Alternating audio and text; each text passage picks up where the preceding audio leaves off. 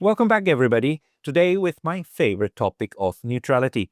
I've got with me Dr. Stefano Cattelan and Professor Frederick Dhondt from the Faculty of Law and Criminology of the Vrije Universiteit of Brussels. The two recently published an edited book called Small Power Neutrality and the Law of the Sea in the long 18th century, 1650 to 1800. This is what we want to discuss today. So, Stefano, Frederick, welcome. Hi, Pascal. Hi, everyone. And thank you very much for the kind introduction. Shall I start, Frederick, or would you like to?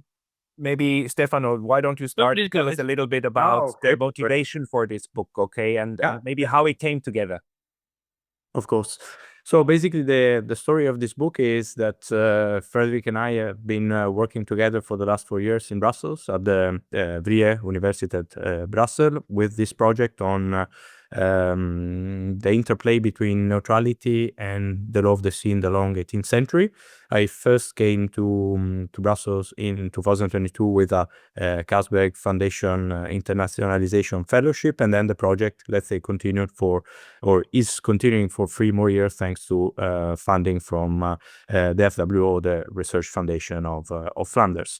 And the whole idea, let's say, of the project and also of the book is a bit to merge my own research interest, my background as a legal historian working with the law of the sea and its development in the early modern period, and the expertise of Frederick, which is focus on, but not only, of course, the diplomatic history and the legal diplomatic argumentation in the 18th century and beyond. And so basically the whole idea was for us to merge what we do from, let's say, slightly different backgrounds, but still within the larger field of legal history, and basically meet and join our expertise. This book in particular is also the result of this international symposium we organized in Paris in 2023 at the Fondation Birman La Potter in Paris, where basically we gathered historians and legal historians to think about small power neutrality with a focus on maritime neutrality, let's say both from a legal historical but also economic historical and broadly historical perspective. And let's say this endeavor is continuing to this day, and now we are planning also for a new conference for the end of this year.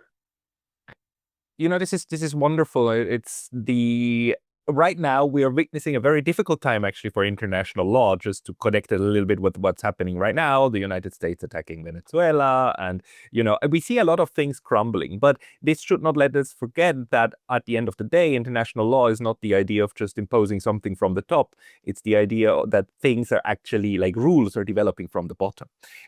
Frederick, could you maybe talk a little bit to this? Because I think especially one of your contributors, Stephen Neff, he makes that point, and maybe you can also talk a little bit about why it is that that neutrality is a maritime concept. Most people think it's a concept of on land, but it actually originates on the sea, at least the way we know it in international law today. Can you maybe talk a little bit about this? Thank you. Well, that's a lot of things together in one question, I would say. As it happens, I've just been going through your book on notions of neutralities, and Stephen F's excellent chapter there on American conceptions of neutralities in the 1930s is a good illustration of the dilemmas that you highlight in the first question. International law is not fully codified and evolves with the behavior of the actors that need to accept the norms that they abide by. Ubi societas ibius. And I think that this is the reason why we have been able to work on a topic like neutrality for this period. If we go back to Stephen F's fundamental work on the rights and duties of neutrals, published in the early 2000s, we see a gradual evolution with the 19th century and the late 19th century as a point where rules become more detailed or more set, but the law of neutrality is never really cast in stone. It's subject to legal interpretation by judges, by thinkers. It's used in practice by diplomats, of course, and the bigger power picture also has its influence on this. And if you go back to the world that we see today, is it might or is it right? It's an eternal dilemma for the history of international law. When I started working on this period, so the first half of the 18th century, my focus was on France and on French diplomacy. And neutrality really did not come into the picture as I was studying how the French and the British tried to amend the international order after the Peace of Utrecht in 1713. It is only when studying the case of Belgium in the 19th century in a postdoc project on the permanent neutrality that I started getting interested in the concept of neutrality as a lawyer or as a legal historian. Why? Because maintaining one's neutrality is a result of physical capabilities. You must be able to deter potential aggressors. But the right to declare oneself neutral is a contested issue in the early modern period, the period that precedes the 19th century. And the link between neutrality and sovereignty is quite attractive and quite alluring. And I think we have been able to nuance a bit the general image on this in our introduction and in the volume as a whole. If you look at the index of concepts, we have 21 different associations with the word neutrality. And we deliberately chose not to make a choice in there. The right to be neutral is the right to choose between being a belligerent and not being one. And that is also linked to either a more horizontal or a more hierarchical vision of the agency of actors in the international arena. And depending on your point of view, you come to a different definition of neutrality and of the rights and obligations that it entails.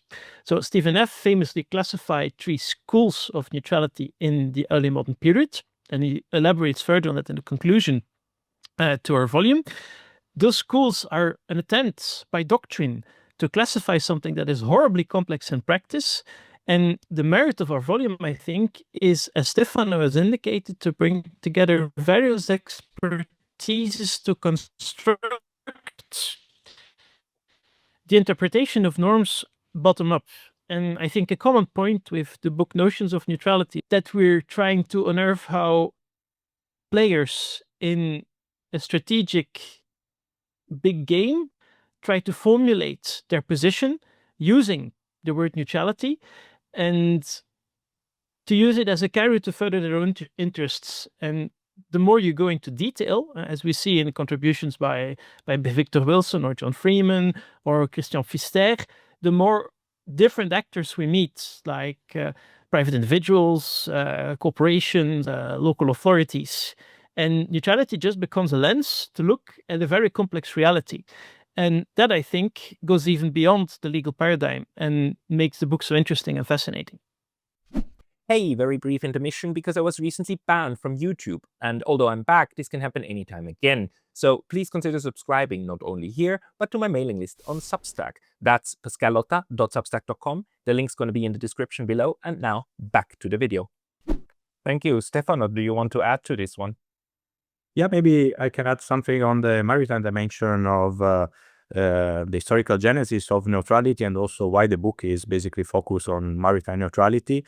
It's just, because as you rightly pointed out, the genesis of neutrality as we know it, of early modern neutrality, was very much linked to the sea, and more, let's say, the best reflections of the 18th century on neutrality were actually devoted to what was happening at sea in a century that saw the expansion of seaborne trade, both let's say short-term across Europe, cabotage technique, but also let's say long-range intercontinental commerce. And indeed, let's say, as also somebody like Eric Snarkenburg, who wrote a masterful book on early modern neutrality, entre la guerre et la paix, also pointed out, basically, maritime neutrality is very different from land neutrality, because if land neutrality basically tries to preserve a territory, a population from war and from harm done by the belligerents, maritime neutrality is a lot about commerce and attempt by neutrals to basically profit also from the state of war and from the fact that in theory they are able to trade more smoothly compared to the belligerents. So again, it's really a different type of neutrality, and one that was really at the heart of the initial, let's say, reflection on what also the neutral status is, in a way. This is one of the things that I find so fascinating, that a lot of people misunderstand neutrality and then point and say like, oh, but these neutrals, they trade with everybody. They're not neutral. They try to profit. Oh, yeah, really? No, that's just what they do. That's just what they assert. And maybe Frederick, Stefano, whoever wants to go into this, can you talk a little bit about the connection between trade and remaining neutral? Mm-hmm. If I may jump into that, it's an old debate, of course. The dominant power at sea generally does not like neutral trade, because neutral trade is a way for his opponents to shore up their lack of physical strength, or to meet needs for resources that can be brought to neutral trading vessels. And that's only part of the ambiguity of and on trade. That's a classical reproach. However, it's very difficult to disentangle the political and the commercial aspect of neutrality. And if we look at the chapter by John Freeman on the Duchy of Courland, it is quite clear that the Duke of Courland, who is a minor secondary player in the Baltic and in the northeast of Europe, is asked to be present, for instance, in the West Indies, in the Caribbean, because some kind of similar go-between player is necessary for the overall balance of the system in another sphere of the world.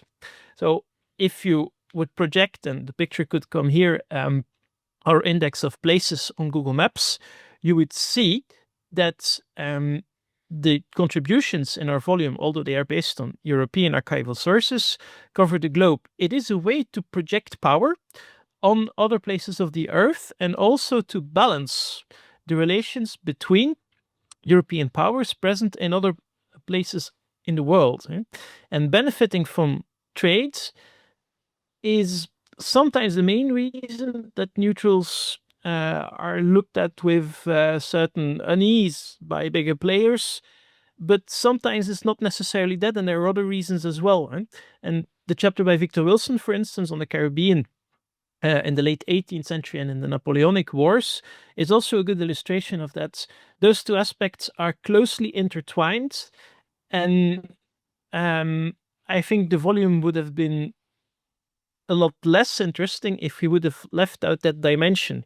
The legal idea that neutrals have to restrain what they would normally be allowed to in a situation of war because they are trading with belligerents, and that it is easy to see them as failing on their duty of impartiality. That is a part of the picture, but there are other systemic needs and causes why neutral powers are sometimes necessary to make a regional system work. Thank you. And may I just clarify, like the map that I'm now showing or superimposed here, you pointed out several places with pins, a lot of places actually in Europe, but also one in Russia, one in China, Indonesia. They represent all of the places where you found neutral trade. Just in the corpus and footnotes of the book, all the places mentioned in a variety of sources and cases. If you look at it from a legal point of view, we have both doctrine, treaties, local case law. For instance, in the chapter of Leos Müller, he treats cases from the price courts in Britain. They do not necessarily indicate neutral trade, but they indicate places that are relevant for the elaboration of neutrality discourses by various actors. And neutrality is an element of oil in the machine of the international system. In the early modern period, to use an expression of Indra Vati Félicité in French, there's a monde décloisonné, so a world where the intermediate walls have already fallen a long time before the globalization of the 1990s or before the Belle Époque. The economic world system was already in place, continents were already connected, but there are also political reasons why neutrals appear in those theaters. And sometimes, as in the case of Kurland, with a foot in Africa, with a foot in the Caribbean, with a foot in the Baltic, in a way that you would only expect nowadays from a multinational corporation with a company in Pakistan, one in California, and one in Sweden, to say so. So, in a sense, the objective of belligerents, especially the dominant belligerent or the dominant power of the sea, is always to shut down trade of the opponent, right, or the opponents. Whereas the interest of the neutrals is always to maintain as much trade with anyone as they can. And usually what we see is then trade flowing in very interesting ways, and actually neutrals starting to assert their right to trade toward belligerents. Stefano, do you maybe have in your book a couple of examples about this? Yeah. Thank you very much, Pascal. And yeah, it's also one of the interesting aspects, I would say, of the book, that it also shows in a way neutrality in motion, in action, in the sense that we are not talking about the same neutrality and the same agency by small powers throughout the book. For example, in my own chapter, I investigate more the Dano-Norwegian and Swedish neutrality during the wars of the end of Louis XIV's reign, so the 9 Years' War and the War of the Spanish Succession, where basically, both Denmark, Norway, and Sweden are still have very powerful military fleets on their own, and they are basically able, especially during the 9 Years' War, to basically shut down the belligerents from entering the Baltic Sea. And they have, thanks also to their military might, which is relatively considerable, they are able to negotiate at the same time with both France and the allies, the Anglo-Dutch, finding ways to profit from war, with this idea of the deterrence that they could align with one of the belligerents and change a bit the balance of sea power in Northern Europe. And of course, this is a very different situation from, for example, the period covered by the chapter by Leos Müller, the end of the 18th century, where by then Great Britain is much more dominant at sea, even though still challenged by France and by the Bourbon alliance, but let's say it's able to impose much more its own views on the law of the sea and on the rules of maritime neutrality, for example, in relation to contraband, to blockade, and for example, in relation to contraband, Great Britain, British authorities, and the Court of Admiralty try over and over again to push, broader. A broader notion of contraband, for example, including foodstuff and naval stores, basically all you need to build and maintain a fleet of gigantic wooden vessels.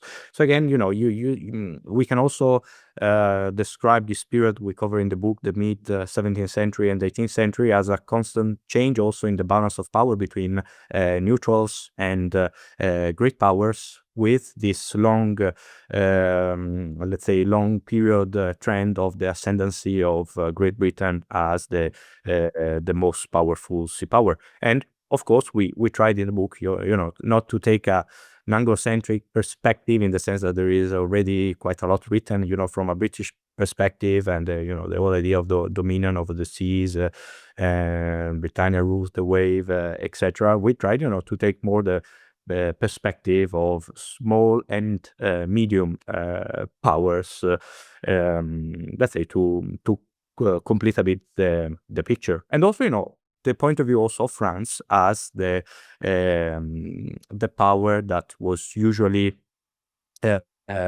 fighting Great Britain from a disadvantage, at least at sea. And so it's also very interesting, especially for my chapter, to study the strategies developed by France through diplomacy as a sort of diplomatie de la neutralité, to compensate the British superiority at sea, a bit trying to mobilize the neutrals to trade and to commerce, and to basically keep France supplied in times of war. And an observation and a question, like one of the observations is that this game, this cat and mouse game, keeps continuing, right? The idea of contraband, in international law, contraband refers to something very specific, these goods that can be used for military purposes. In today's world, what we see is that states talk about dual use goods. That's kind of the new expression to describe something very similar. And what we usually see is that belligerents try to expand the list of contraband or dual use goods in order to constrain trade, whereas the neutrals try to say, like, no. Gunpowder, okay, that's contraband, but apples and grapes and wine, if you argue that you can use that to supply troops, then you're really taking it too far. But we see that going on, and maybe you can speak about that a little bit, about examples thereof. But then secondly, and now I forgot my second question, maybe about this, the contraband and dual use issue. Does something come to mind? Maybe Stefano and then Frederick. Yeah, I can briefly add up that, of course, it was already a concern at the time. For example, what about horses that can be used in war, but can also be used, for in civilian life, so to say, or in the fields, etc. But also the type of the different type of wood, some of them that could be used to build houses and not to build ships, but could still be used sometimes in ships. So again, we really see that also the law neutrality being based for the most of the 18th century on this web of bilateral treaties of friendship, commerce, and navigation, that's had different provisions on, for example, contraband. Of course, they were not often they were not super clear, and there was a margin for interpretation. And especially as the 18th century goes on, for example, the British Admiralty forces this interpretation to include more and more materials that would have not been initially interpreted as contraband. And also we saw throughout the 18th century cases where, for example, there is a famine in France during the 9 Years' War, or the Grand Famine of 1709 during the War of the Spanish Succession, and the Anglo-Dutch basically simply decide that foodstuff, grain, would be considered contraband, and they tried to force this view on the neutrals that, on the other end, tried to to fight back, let's say, peacefully. But they tried to organize, for example, convoys, etc., to try and continue, for example, bringing Baltic grain to France with the English or the Dutch. For example, if they encounter a Swedish or Danish convoy bringing grain, they will seize it and, let's say, pay the amount, the value of the cargo to the Dano or Norwegian or to the Swedish, but basically stop it from going to France, and basically forcing the Danes or the Swedes to sell that grain to Britain, basically. So again, we really see this notion of contraband that, as, let's say, the broader notion of neutrality also changes with the changing balance of power at sea, in a way. Frederick, do you have something to add to that? Yes, well, essentially, as Stefano said at the end, this is a decentralized story. Traditionally, for trade in the early modern period, we need to take into account corruption, non-application of norms. See the wonderful chapter by Christian Pfister-Langanet on the inspection reports of the Amirautés, or of the French Admiralty tribunals along the coast. But this decentralized reality, in a certain sense, if we look at the normative structure of the international system today, is still highly instructive. What we see when the Security Council is at the deadlock, as with Ukraine, that is that all kinds of horizontal interpretations of norms that would have been violated are used by states to try to establish their own system. And the criticism that is exercised vis-a-vis the British principles, like the rule of 1756, is not unlike what we've seen in the 18th century.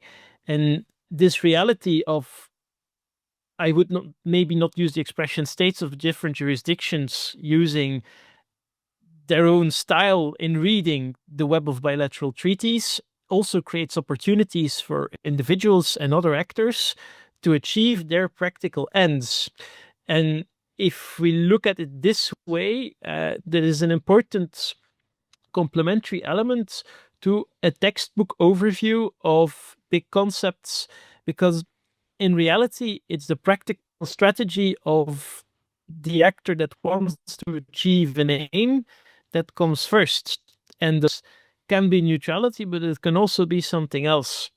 And that is highly fascinating. Again, if you look at the map, if you look at the concepts that we've identified throughout the book to have been relevant to tell this story, you can also connect with economic history, with maybe urban history, social history, and other approaches of reading a very complex past. And that is the key, I think. Neutrality is a way of looking at the international system, and to look at the international system without the predefined actors and categories that we would be inclined to position in our minds pursuant to the development of IR theory in the 20th century, for instance.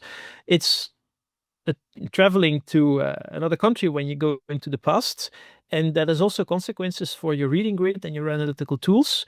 But on the other hand, it helps to identify recurrences and similarities that one would not have thought of first. Yeah, thank you very much for that.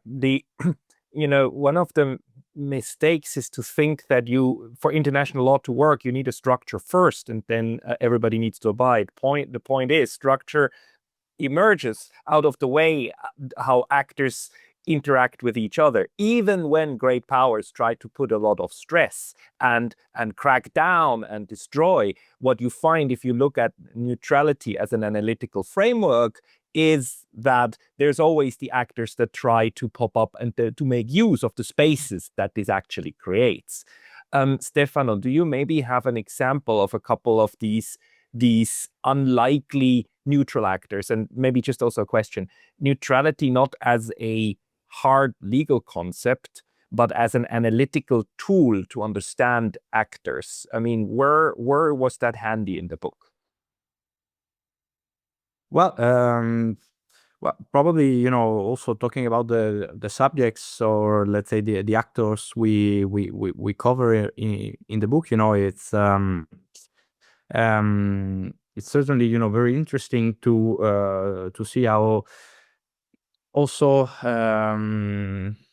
different types, let's say, of neutrality come to be, and that's, for example, the case of Denmark, Norway, and Sweden, that are both that are often neutral, but also often fighting in European wars. So, for example, with the Nordic actors, we see a type of neutrality that is not yet a long-term choice, but rather, let's say, opportunistic way of trying to profit from the state of war, and also to expand, for example, their commerce and their reach. So of course, as you know, then Sweden will evolve later on in a sort of permanent neutral, in long-term neutrality.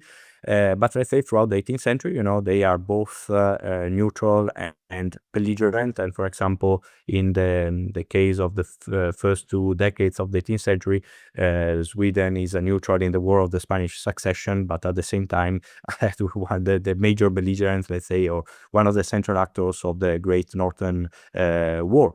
And this is, of course, a very different case from that of the Duchy of Curland, treated by John Freeman, where we actually see, that simply neutrality is a basic necessity for such a small duchy enclaved in between basically great powers like the Swedish Empire of the time, the Russia, and the Polish-Lithuanian Commonwealth that at the time was still one of the most powerful states in Europe. So basically we see different types of actors and very different types of neutrality. And also now for the final part of the project, for example, I'm focusing on the Republic of Venice, and that's also a very interesting case because it's a more passive, let's say, type of neutrality compared to the Dano-Norwegian and the Swedish one, with basically Venice that is often fighting the Ottoman Turks, and so it really needs basically peace as much as possible in northern Italy to be able to focus the limited resources it has. By the 17th century, it's not anymore a great power across the Mediterranean, but still a very significant maritime power and a very significant diplomatic actor in broader European diplomacy. So basically, you see this policy of being very flexible, but at the same time, of successfully managing to preserve the territory of the Republic from, basically being eaten up by the Austrian Empire or by France, that already at the time are maneuvering to see, what they can take in Italy. And as you know, it will be a bit the end of at the end of the history of the Republic of Venice. It will be basically splitted between its fate will be decided by the sort of Austrian French understanding with the Treaty of Campo Formio. So basically, we see different actors trying to adapt their neutral policies to their contingent situation, and also the asymmetry of power with the great powers they interact with. And yeah. One thing that is so interesting is that this kind of situational neutrality, neutral toward this conflict, but not this one. This is actually the standard in for many centuries, right? And actually, international law, the way that we have it today, and the case law we have, but also the treaty law, most of it pertains to situational neutrality. Frederick, can you maybe talk about this one a little bit? How this, this idea that one either is always neutral or never, how that is not what the last 400 or 500 years of this history teaches us. Mm-hmm. Well, we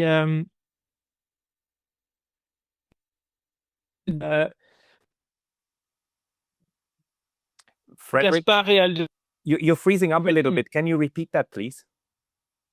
This book by Gaspard Real de Curban, who is a French legal author from the 1740s, early 1750s.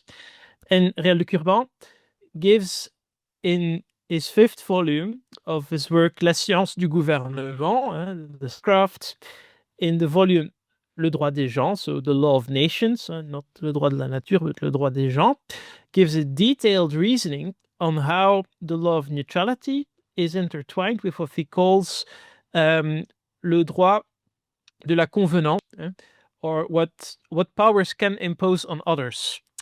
And this balance is described in a very detailed way in our introduction, and it positions the ambivalence of the link between neutrality and sovereignty or agency, or the capacity to act independently. And if we go to my chapter on the position of the Dutch Republic as a middle power, as a mediator between the great powers in the War of the Polish Succession, you see that this is an example of a polity that we cannot really classify as small. And the Dutch Republic was one of the big maritime powers in the 17th century. But it is torn between two options, either France or Britain, to put it extremely, extremely simply. In the War of the Polish Succession, which is a bit about Poland, but not for the majority of the theaters or the affairs concerned, the Dutch Republic and Britain tried to mediate between the belligerents between France and the Habsburg monarchy. France plus Spain and Sardinia, Piedmont. The Dutch Republic, as is often said, as a neutral power, when it is neutral, can welcome a peace conference, is a place where news circulates, where one can have an influence on the existing public opinion of Europe in the early modern period. But the Dutch know that the choice they make for neutrality or not is a choice that is dictated by what we would call today national interest or by necessity. They constantly have offers from the various parties to pick a side. And in the 18th century, when it is concerned, well, when its own geopolitical physical security is concerned, the Dutch Republic is afraid. They're afraid of a conflict with the Habsburg monarchy, since the emperor controls the southern Low Countries, since they still have neighbors in Germany, since there is a problem with East Frisia. And they're very jealous of keeping their commercial privileges. For instance, their, as they argue, exclusive access to the East Indies, where they want to exclude competitors. For instance, the Ostend Company that is created in 1722 in the Austrian Low Countries. Their position is not one of strength. And legally, if the Dutch Republic opts for neutrality, it is a decision not to take part in a conflict between two others. Being able to choose that is a sign of the degree to which one is autonomous. It is not evident for minor powers in the Holy Roman Empire to do that. For instance, when a Reichskrieg, an imperial war is declared, you can't just stay neutral when the emperor and the empire together at the Diet have taken a side. It is hard for small polities, and Le Curban describes, for instance, that the Bishop of Passau can't do much when one of the big players in the region decide to occupy his territory. Now, if a middle power that is seen as an actor that is capable of making that option of neutrality picks that status, there are risks associated. So if you don't stick to what is later theorized as a duty of impartiality and an abstention, you can become a belligerent and be dragged into a war. The Dutch want to avoid that at any cost. So any profiteering during the War of the Polish Succession, I'm not aware of specific studies that have already looked into this, I think will be very restricted. And as you underline, it is not necessarily the case that a policy consistently opts for neutrality. We have the example of Liège, for instance, or the long-term neutrality of Venice. In the case of the Dutch Republic, when they go to war, it's usually with Britain in what we call the Maritime powers as a linked kind of compound during the War of the Spanish Succession. The Dutch Republic offer neutrality while Britain is at war in the War of the Quadruple Alliance, and there they are accused of profiteering and of free riding, where Britain and France are in for everybody by invading Spain and punishing the King of Spain for aggression in Italy. In the War of the Polish Succession, Britain and the Dutch Republic both remain aloof, and the French know that they somehow have to bribe the Dutch into doing this. This is the famous Convention of Neutralization of the Austrian Low Countries, whereby not the sovereign of the Austrian Low Countries, not the Duke of Brabant, not the Count of Flanders, so not the Emperor, but France, as his potential opponent, as a future belligerent, promises the Dutch Republic, a third party, not to pass by the Austrian Low Countries. This is called the Convention of Neutralization in the literature later on. But of course, it's a quite different type of neutrality than that of an actor who decides voluntarily to remain aloof of a conflict. And this is a kind of convention of delimitation of a war theater or of a war zone by a future belligerent who intends to start a conflict with the Habsburg monarchy.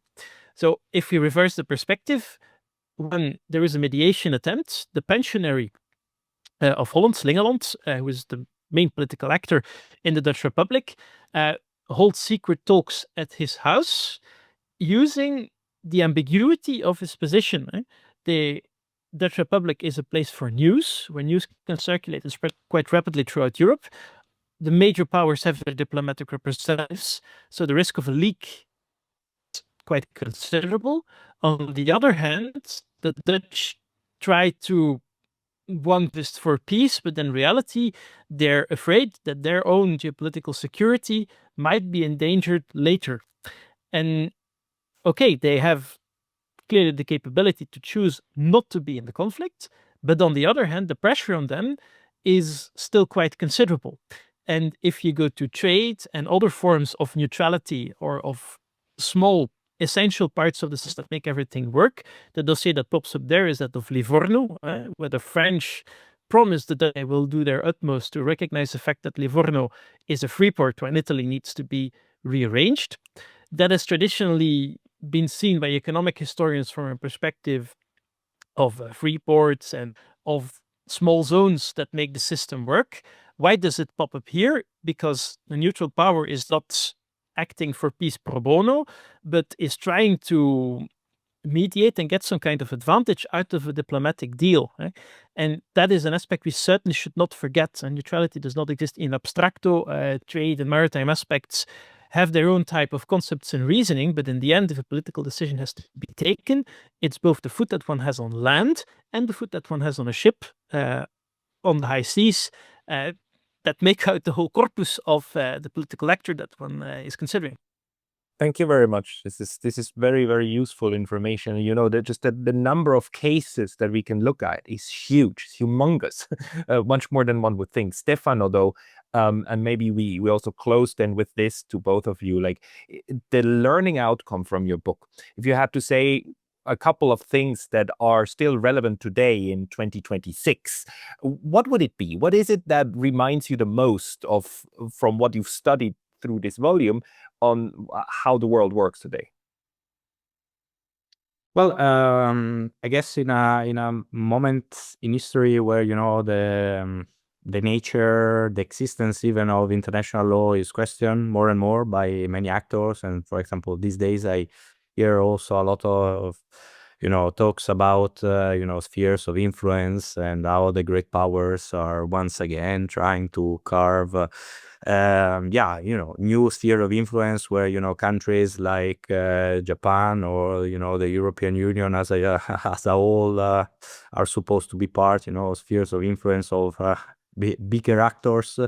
Let's say the volume, I would say, shows simply, you know, that international law is not something fixed. It's not something permanent. It's really a language of understanding, a language of you know, that needs to be negotiated constantly, and also at the same time, you know, that smaller actors have also a lot of agency in shaping it and also in fighting back against, you know, the will of the great powers that, of course, are very important and leading voices of the international community. But at the same time, you know, they cannot, you know, the system cannot work only with through their actions, and that, you know, smaller actors or, you know, very big players like the EU that, you know, sometimes forget how, you know, potentially you know, powerful it could be, you know, have much room for maneuver and to exist. And of course, you know, countries like also Switzerland, you know, continue to play a very important role in the international scene. So I would say the whole message of the book is, you know, to study, you know, also neutrality, but also international law in motion, in action, as something that continues to change, and where also, you know, smaller actors have a huge part to play. Maybe Frederick, just to end, you know, today I know there's a couple of people who are very interested in this. Indonesia, for instance, Malaysia, for instance, like actors that we traditionally didn't study as neutrals, but I know that these people are today studying neutrality because they understand that they're in that web. From the book and what you studied, what would be your recommendation, to smaller actors that still maintain the ability to keep some form of neutrality one way or another? Thank you. Well, I would refer them to the beautiful chapter of Nora Naguib-Leerberg on Martin Hübner, and the way in which, as a small actor, you can construct a coherent and convincing conceptual canvas to start from general principles and deductively explain why it is important that your rights as a neutral state or as a subject of a neutral nation have to be respected for the interest of international law as a whole. Right? Within the law of neutrality, there are various options and strands that one can lean on to argue for one's position, but the articulation that Hübner uses of neutral rights and the precedence that the normal status of affairs, so freedom of trade between sovereign actors, that ought to prevail, I think is admirable. And the case that is made there by a lawyer from the north of Germany working for the King of Denmark can also be useful in other settings, and applying to human reason as something specific for the 18th century, for enlightenment, around our common legal culture and consciousness in international law today. Thank you. Stefano, anything to add to this? Yeah, maybe just to close, also the whole idea that, neutrality is really relational, it's not absolute, and it builds constantly in the with this relationship between, the practices of the great powers as faced by, smaller or medium player, and it can also be defined as, not only as abstention, but also as a language, a bit of resistance of resistance to the will of the great powers. That's a very good way of closing this. It's actually also an expression of the ability of doing something different, of being on your own side instead of picking between two. This was very enlightening, and everybody, if you want to get the book, I will put the link in the description below. And if you want to know something specific or get some advice, reach out to Stefano and Frederick. They are also on their university homepages. You can find them. Stefano, Catellan, Frederick, Dhondt, thank you very much for your time today. Thank you very much, Thank you for Pascal. the kind invitation. Thank you.